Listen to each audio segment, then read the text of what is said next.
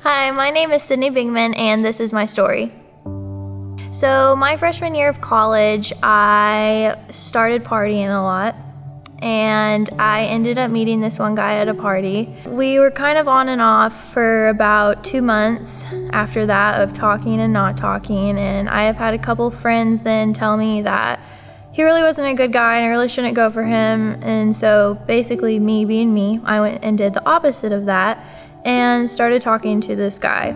One weekend, it got kind of bad after we got to know each other. He got really intoxicated at my apartment. He ended up pushing me up against a wall and getting just really violent with me and throwing his things at me and calling me all sorts of names. About 5 months later down the road, he had constantly flip switches. He would be perfectly fine with me one night, and then a second later, he would start screaming and yelling at me and calling me names. And one night it got really bad because he thought I had cheated on him, which I had not. He pushed me off of his bed and kicked me off of his bed and grabbed me and threw me across the room, and he had set all my things outside of his house and basically kicked me outside of his house at 1 or 2 o'clock in the morning. I also live an hour away from his house. I had begged him to just let me stay at his house, which I was super desperate at this point. He had just beat me down so much for about 3 or 4 hours and had been throwing me around his room that I didn't know what to do. I didn't know where to go. I didn't want to call my parents. I didn't want to call my brother. So he ended up letting me stay there, but told me after we woke up in the morning we were done. So I went home the next morning and called my parents, and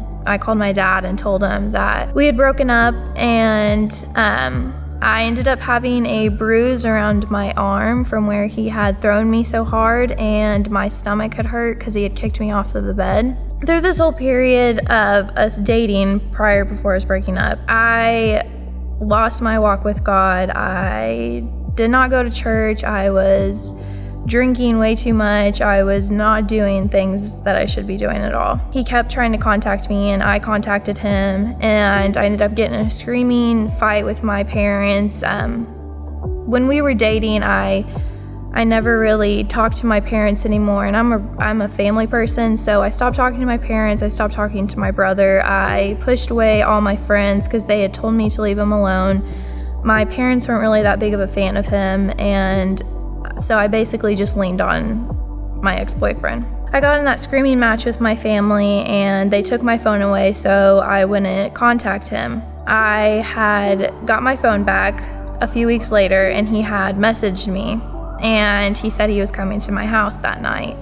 I didn't believe him, and I didn't think he would, and about 11 o'clock to midnight, I heard a tap on my window, and he was at my house.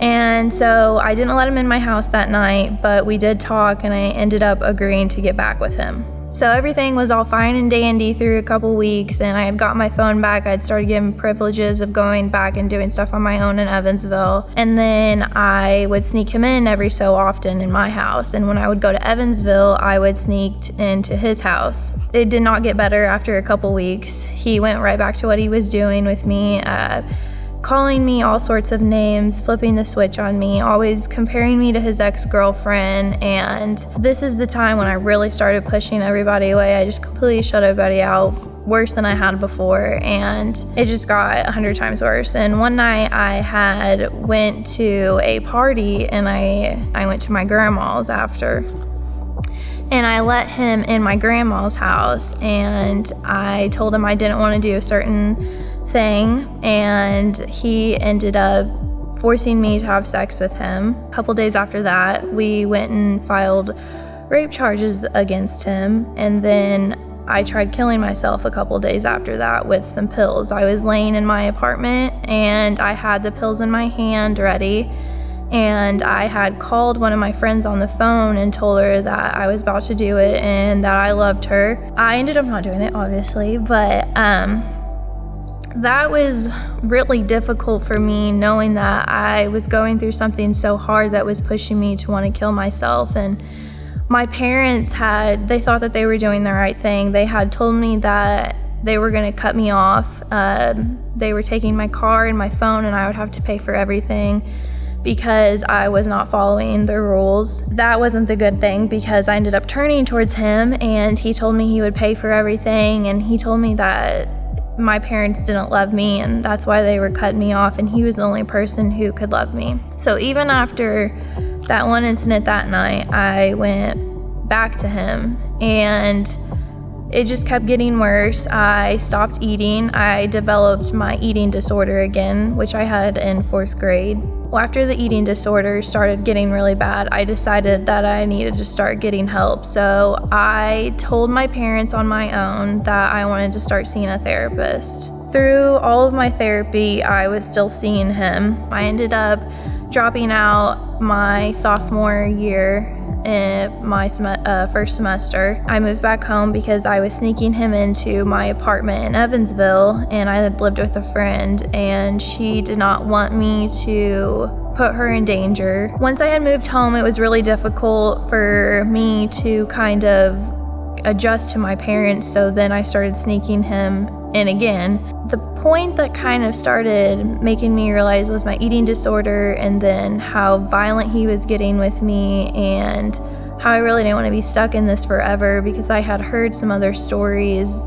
I read plenty of books on domestic violence, one especially that really helped me. It was all these stories of women that have been through domestic violence and stuff like I had gone through, and it had scriptures in with it. And I think that's what really helped me, was seeing that other women were going through it and how God could turn their life around, even after they pushed all their family and friends away and had lost their job and just everything. I am in probably the best place I've ever been in my entire life with my parents. They fully trust me. My family has been a major support system for me, and they have done so many awesome things. Right now in my life, I have decided to switch my major to psychology because I want to major and focus more in domestic violence, so I can start talking to girls about like what I have been through. And I really want to share my story with girls and tell them that it's not an easy road, but God can definitely get you out of anything and everything.